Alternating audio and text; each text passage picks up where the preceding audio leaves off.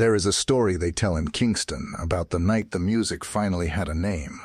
It was May 1964, a sweltering Tuesday, the air thick with the scent of rum and sea salt, and on a narrow lane called Water Lane in the Raytown district, inside a venue called the Hi-Hat Club, a group of musicians gathered, who should not, by any reasonable accounting of history, have ended up in the same room at the same time. They had played separately for years, backing almost every singer who had ever walked into a Kingston studio. They had been the invisible machinery behind hundreds of hit records, their names scratched off labels by sound system operators, who didn't want the competition to know what records they were spinning. They had been paid poorly, credited rarely, and recognized almost never. That night changed everything. The event had been intended as a rehearsal. What it became was a declaration. The crowd that gathered outside the Hi-Hat Club was so large and so insistent that the band decided to charge admission and play a proper show. And so in a sweat-drenched room in one of Kingston's most working-class neighborhoods, a band called the Skatalites played their first public performance, and with it gave shape and name to a genre that would eventually travel the globe. To understand the Skatalites is to understand something rare in the history of popular music. The moment when a scene, a city, a culture, and a generation of trained musicians all converge at exactly the right instant. What emerged from Kingston studios in 1963 and 1964 was not accident. It was the product of decades of musical education flowing out of one institution, the Alpha Boys School on South Camp Road, combined with the commercial ambitions of producers like Clement Coxney Dodd and Duke Reed, filtered through the minds of musicians who had traveled, absorbed jazz from Miami to Nassau, heard Coltrane and Coleman Hawkins and Ornette Coleman, and then brought all of that back home to the half-mile stretch of studios that would come to be called the birthplace of Jamaican popular music. The Alpha Boys School, established in 1880 by Roman Catholic nuns as a school for wayward boys, did not set out to change music history. It set out to discipline and educate the poorest children of Kingston. What it produced, almost incidentally, was one of the most concentrated pools of musical talent the Caribbean has ever seen. Don Drummond was trained there. Tommy McCook was trained there. Johnny Dizzy Moore was trained there. Lester Sterling was trained there. Later, Rico Rodriguez would learn the trombone under Don Drummond himself at those same walls. The school gave instruments. The street gave the fire to play them. The combination was incendiary. Don Drummond was born on March 12, 1934, in Kingston, Jamaica. He came up through Alpha in the late 1940s and emerged as a trombonist of extraordinary caliber. In a world where jazz was considered the pinnacle of musical achievement, Drummond was spoken of in the same breath as the greatest instrumentalists alive. The pianist George Shearing, a giant of the jazz world, reportedly named Drummond among the top 5 trombone players on earth. This was not hyperbole. Drummond's command of the horn was something that seasoned musicians recognized immediately: the tone, the control, the ability to make the instrument express not just melody but feeling, not just sound but atmosphere. He had learned the trombone at Alpha, refined it in Kingston's clubs, and by the time he took his seat with the Skatalites, had composed well over 200 tunes that would define the first era of Jamaican popular music. But Don Drummond was also a man in profound internal conflict. He had converted to the Rastafari movement, and with that conversion came a political and spiritual intensity that informed everything he played. His compositions carried a weight that went beyond the dance floor. They carried a world view, and Drummond carried personal demons that would ultimately consume him. Tommy McCook came from a different direction. Born on March 4, 1927, McCook was first and foremost a jazzman. He had attended Alpha, learned the tenor saxophone there, and then graduated into the professional world of Kingston's hotel circuit and dance orchestras. In 1954, he left Jamaica entirely for a jazz engagement at the Zanzibar Club in Nassau, Bahamas. From there, he made his way to Miami, where he heard John Coltrane for the first time. He would call jazz his first love. When Coxsone Dodd finally persuaded him to return to Kingston and lead a studio group, McCook came not as a ska musician, but as a jazz player who had been convinced, with some reluctance, to try something different. That reluctance matters. McCook initially resisted Dodd's overtures. He had spent years in the jazz world, had heard the best, and was not immediately convinced that the rhythm and melody experiments happening in Kingston were worth his time. What changed his mind was not an argument, it was a sound. The ska beat descended from American R&B, filtered through Jamaican mento and calypso, given a distinctive offbeat emphasis that would become its signature. Was doing something Coltrane's modal jazz could not do in Kingston. It was filling dance floors and making people feel like themselves. And McCook, for all his jazz sophistication, understood the relationship between music and community. By 1963, Dodd had released a jazz album called Jazz Jamaica from the Workshop that featured McCook for the first time since his return, alongside Drummond. The collaboration was electric. Two men from opposite ends of the musical spectrum. Drummond, the Rasta trombone mystic, McCook, the jazz perfectionist, finding common ground in a studio on Brentford Road. And from that common ground, a band would grow. Jackie Mittoo was the youngest of the founding generation. Born on March 3, 1948, in Brownstown in St. Anne Parish, Mittoo had begun learning piano at the age of 3 under his grandmother's instruction.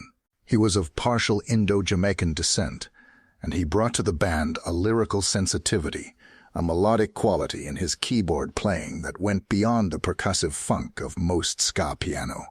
By the time he joined the Skatalites, Mittoo was barely 16 years old. What he brought to the band was something the older members could not manufacture: freshness, an ear that had not yet calcified into habit. Mittoo would go on to become the musical director of Studio One, Coxsone Dodd's legendary label, and would remain one of the most prolific composers in Jamaican music history. His compositions would be sampled, interpolated, and recorded by artists ranging from the Wailers to the Clash. His song Peony Wally would be reworked by the Wailers into Duppy Conqueror. He would co-write Armageddon Time with Willie Williams, which the Clash would record and release in 1980, bringing a piece of Mittoo's musical DNA directly into the British punk reggae fusion that redefined popular music on 2 continents. Roland Alfonso, known as the chief musician, had been born in Havana, Cuba, on January 12, 1931. His Jamaican mother brought him back to the island when he was 2 years old, and he grew up learning saxophone at the Stony Hill Industrial School before joining Eric Deans's orchestra in 1948. Alfonso was the workhorse of the group. He had been recording since 1952, playing on sessions for Stanley Motta, then Coxsone Dodd, then Duke Reed, then virtually every producer operating in Kingston. He was the saxophonist who could do anything in any context, the first call session player who had shaped the sound of Jamaican popular music before ska even had a name. In 1963, he had helped form the Studio One Orchestra, Dodd's in-house session band, which would soon adopt the name the Skatalites. The other founding members filled out a roster that reads today like a musical hall of fame. Lloyd Brevitt on upright bass, whose deep, resonant foundation gave the band its physical gravity. Lloyd Knibb on drums, whose propulsive rhythmic feel set the template for ska drumming that would influence every drummer in the genre for the next 60 years. Johnny Dizzy Moore on trumpet, another Alpha alumnus, whose bright staccato lines cut through the ensemble like light through a storm. Lester Sterling on alto saxophone, the fifth Alpha graduate, whose presence underlined the extraordinary concentration of the school's output in a single group. Jerry Haynes on guitar, whose rhythm work gave the band its characteristic chop. Doreen Schaefer on vocals, whose warm, clear voice provided the human face for an ensemble that often functioned as a pure instrumental force. And then there was the context into which they arrived. Kingston in 1964 was a city in the first years of its independence. Jamaica had achieved nationhood in August 1962, and the new nation was in the process of trying to understand itself culturally, politically, economically. The British had left a society divided by class and color, a society in which cultural self-expression had been systematically suppressed or channeled upward toward European models of taste.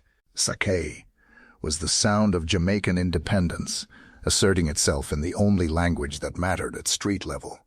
Music you could dance to, music that made your body move before your mind had processed what you were hearing. Coxsone Dodd understood this. His studio on Brentford Road, Studio One, was not simply a recording facility. It was a laboratory where Jamaican popular culture was being invented in real time. And Dodd had the commercial instinct to know that what he needed was a full-time band of professionals who could record quickly, efficiently, and with enough musical sophistication to back any singer who walked through his doors. That was the function the Skatalites were initially built to serve. What they became was something far larger. The producers who used the Skatalites read like a catalog of Jamaican music's founding generation.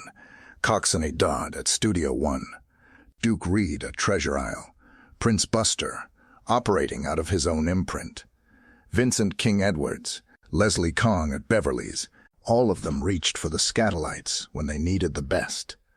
And the singers they backed: Bob Marley and the Wailers, Delroy Wilson, Desmond Decker, Lee Perry in his early years, dozens of others, owed the sonic foundation of their early recordings to these 10 musicians. The story of the Skatalites backing Bob Marley on his first single is one of those historical moments that sounds almost too neat to be true. But there it is, Simmer Down, released in early 1964 on Coxsone Dodd's Studio One label, with a young Marley out front and the assembled Skatalites providing the muscle. The single reportedly went to #1 on the Jamaican charts. The young man from 9 Mile, who would eventually become the most famous Jamaican in history, walked into a recording session backed by the finest ensemble the country had ever assembled, and the music they made together introduced him to his public. But the Skatalites were not simply a backing band. They were composers, performers, artists in their own right who happened, due to the economics of the music industry, to spend most of their working hours in other people's sessions. Don Drummond alone had composed more than 200 tunes by 1965. The band's 1964 release, Sky Authentic, their debut LP, recorded at Studio One, was a document of a band playing completely inside their own idiom, with no singer to carry the weight, no hook to lean on, just instrumentalists of the highest caliber, demonstrating what Jamaican music was capable of when it was freed from the constraints of the 3-minute pop single. Then came January 1965. On January 1st, New Year's Day, 1965, Don Drummond was arrested. His girlfriend, Anita Margarita Mahfoud, a Cuban dancer known professionally as Margarita, was found dead at their home, bearing 4 stab wounds to the chest. Drummond told police she had stabbed herself. He was charged with murder, convicted in 1966, and ruled criminally insane. He was remanded to the Bellevue Asylum in Kingston, where he would spend the rest of his short life. On May 6, 1969, Don Drummond died. He was 35 years old. The official cause was listed as natural causes, though colleagues disputed this, and a 2013 biography by Heather Augustine argued that his death was likely caused by medications administered at the institution. The loss of Drummond in January 1965 was a wound from which the original band would never recover. He had been not just their greatest soloist, but the spiritual center of the group, the musician around whom the others organized their playing, the composer whose harmonics gave the ensemble its depth and its melancholy. The Rastafarian worldview he had brought to the group had infused their music with something beyond entertainment, a consciousness, a weight, a sense that the music was connected to larger struggles for dignity and self-determination. By August 1965, the Skatalites played their last show. The band dissolved into 2 successor groups, the Soul Vendors, led by Alfonso with Mittoo and Johnny Dizzy Moore, which would become one of the premier rocksteady outfits of the late 1960s. and Tommy McCook and the Supersonics, the house band at Duke Reed's Treasure Isle operation, which would provide the rhythmic infrastructure for much of Jamaican rocksteady. The music they had made in 14 months of official existence, May 1964 to August 1965, was so foundational that it could not be contained by time. Their ska adaptation of the theme to the war film The Guns of Navarone entered the UK Top 40 in April 1967, nearly 2 years after the band had officially ceased to exist. It was a strange kind of irony. The sound that Jamaican teenagers were already beginning to abandon in favor of the slower, smoother, rocksteady rhythm was reaching Britain's mainstream radio just as its originators had moved on. Skatalites was not a finished chapter. It was a seed. Throughout the 1970s, the original musicians scattered, but never fully separated. There were studio reunions, a 1974 session for Lloyd Brevett's solo album that drew McCook, Alfonso, Sterling, Nib, and Mittoo back into the same room. A 1979 attempt to record an album for Chris Blackwell at Island Records fell apart over creative and business disagreements and remains unreleased to this day. The bones of the band were always there, waiting for the right moment. That moment came in June 1983, when Reggae Sunsplash Festival director Ronnie Burke persuaded the surviving members to appear at the 5th anniversary of the festival in Montego Bay. McCook and Johnny Dizzy Moore had not spoken since the band's 1965 breakup. Burke had to work to get them in the same room. What happened when they took the stage at Sunsplash was, by all accounts, a revelation. The original sound intact 18 years later, still doing what it had always done, making people move, making people remember, making people feel the particular weight of Jamaican music at its most essential. The reformed Skatalites were a different proposition from their 1964 incarnation. They were no longer a band of young session musicians trying to get paid. They were veterans, survivors, carriers of a tradition that the world had begun to understand was irreplaceable. The British two-tone movement of the late 1970s, the Specials madness, the Selector, had built an entire cultural phenomenon on the foundation of what the Skatalites had done in Kingston between 1964 and 1965. American ska bands were emerging in New York, Los Angeles, Boston, and beyond. By the time the Skatalites began their U.S. touring in earnest in 1989, as the opening act for Bunny Wailer's Liberation Tour, playing Radio City Music Hall and Irvine Meadows in venues across the country, they were being received not as a nostalgia act, but as the originals, the actual source of a genre that had traveled the world and back. Their U.S. record deal with Shanachi produced 3 albums that documented the reformed band's power: Skavovi in 1993, High Bop Ska in 1994, Grammy-nominated, Greetings from Scamanea in 1996, Grammy-nominated, then Ball of Fire on Island Records in 1997. The music was not a recreation of the past. It was the past's natural continuation, musicians who had helped invent a genre, still inside it, still finding new things to say within the idiom they had built. In 2004, the Skatalites appeared on Toots and the Maytals' album True Love, a celebration of Jamaican music that included Willie Nelson, Eric Clapton, Jeff Beck, Keith Richards, Ryan Adams, Bonnie Raitt, and Gwen Stefani among its collaborators. The album won the Grammy Award for Best Reggae Album that year. It was a fitting bookend. The band that had backed Toots Hibbert's early recordings in the 1960s, now collaborating with him again on an album that brought together the most beloved musicians in the world in tribute to the tradition they had all helped build. By 2011, founding drummer Lloyd Nib was gone, dying on May 12th, aged 80. Lloyd Brevett followed on May 3rd, 2012, aged 80, after suffering a stroke. Tommy McCook had died in 1998, Roland Alfonso in 1998, Jackie Mittoo in 1990, Jerry Haynes in 2007, Johnny Moore in 2008. Lester Sterling, the last of the original saxophone section, passed in 2023. Doreen Schaefer, the group's original vocalist, continued to perform with the reconstituted Skatalites into the present day. The band continued to tour, to record, to carry the name, because the name means something.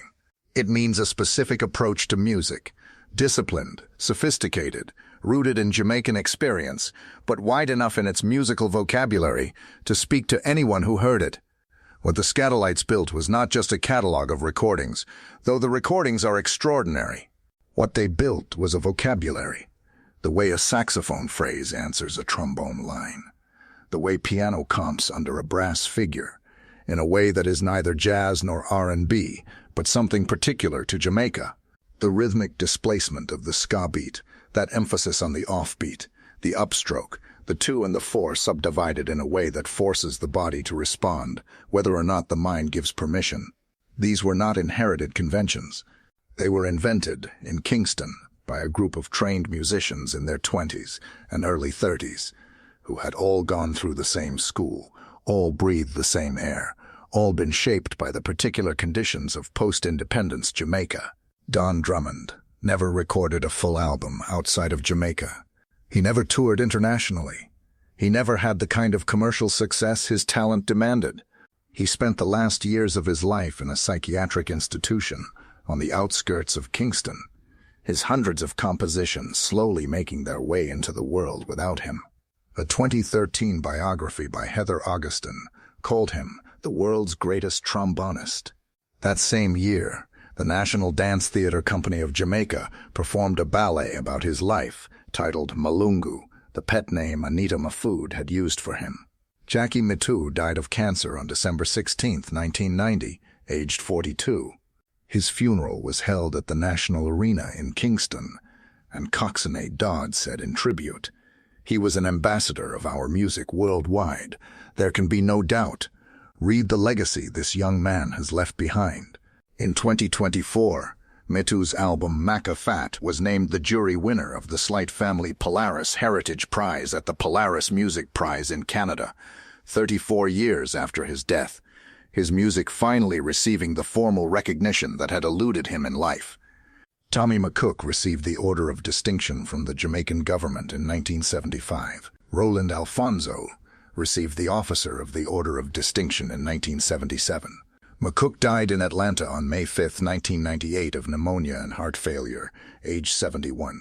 Roland Alfonso suffered a burst blood vessel during a show at the Key Club in Hollywood on November 2, 1998, and died at Cedars-Sinai Medical Center in Los Angeles 18 days later. The story of the Skatalites is the story of what happens when a specific place, a specific time, and a specific generation of prepared musicians align. Kingston in the early 1960s was not supposed to produce one of the most influential musical movements of the 20th century. It was a poor Caribbean city in the first years of independence, working out who it was and what it had to say. What it said, through these musicians, in these studios, on these records, was heard around the world, remade into new forms in Britain and America and Japan and Germany and Brazil, and it is still being played, still being danced to, still being felt. At the Hi-Hat Club in May 1964, when the crowd outside refused to let the rehearsal stay a rehearsal, the band made a decision. They charged admission and they played. The music that filled that room on Water Lane in Raytown spread outward from that moment in ways that none of them could have imagined, through British invasion bands who absorbed Jamaican rhythm, through two-tone ska revivals and American third-wave bands, through Toots and Marley and Desmond Decker, through the global grammar of offbeat emphasis that the Skatalites helped codify into a language anyone could speak. It started in a single room in Kingston, on a night that was supposed to be a rehearsal. Nothing about what came after was accidental.